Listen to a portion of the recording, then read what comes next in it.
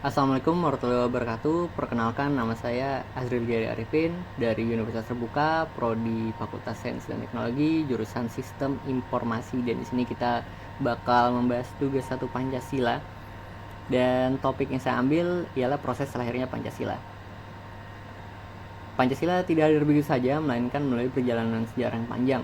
Sejak sidang BPUPK, Piagam Jakarta hingga pengesahan dalam Undang-Undang Dasar 1945, para pendiri bangsa berjuang merumuskan dasar negara yang dapat menyatukan seluruh rakyat Indonesia.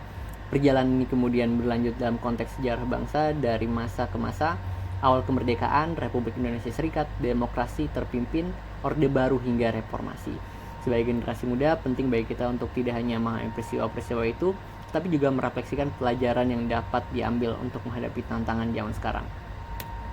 Dan kita bakal bahas sedikit ya timeline dari proses lahirnya Pancasila. Yang pertama, Pancasila itu disampaikan oleh pidato Soekarno pada tanggal 1 Juni 1945. Dan salah satu kaitan Pancasila ya, yaitu Dokuritsu Junbi Kosakai atau BPUPKI ya. Ini adalah nama Jepang untuk Badan Penyelidikan Usaha-usaha Persiapan Kemerdekaan Indonesia.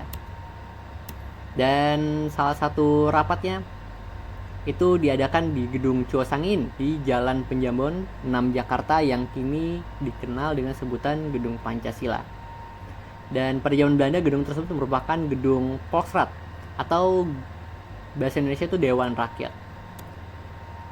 Dan selanjutnya BPUPKI membentuk panitia kecil untuk merumuskan dan menyusun Undang-Undang Dasar. Nah, ini ada panitia yang sangat kita kenal, yaitu Panitia 9, di mana isinya Mr. Ahmad Subarjo, Haji Agus Salim, Insinyur Soekarno, Muhammad Hatta, A. Maramis, Kiai Haji Kahar Mujakir, R. Abikusno Cokrojoso, Muhammad Yamin, Kiai Haji Wahid Hasyim. Dan berikutnya salah satu yang berkaitan dengan BPUPK yaitu Piagam Jakarta, di mana Piagam Jakarta merupakan pembukaan Undang-Undang Dasar atau UUD ya, 1945 yang dirumuskan oleh Panitia 9 dalam sidang penyelidik Usaha Persiapan Kemerdekaan Indonesia atau BPUPKI, yang kemudian disahkan pada tanggal 22 Juni 1945. Kemudian ada Dokuritsu Junbi Inkai atau PPKI, di mana Dokuritsu Junbi Inkai atau PPKI dibentuk pada tanggal 7 Agustus 1945 menggantikan Badan Penyelidik Usaha Persiapan Kemerdekaan atau BPUPK dan diketuai oleh Insinyur Soekarno. Dan izin pembentukan badan ini diberikan oleh Hisaichi Terauchi, yaitu seorang marsekal Jepang yang berada di Saigon.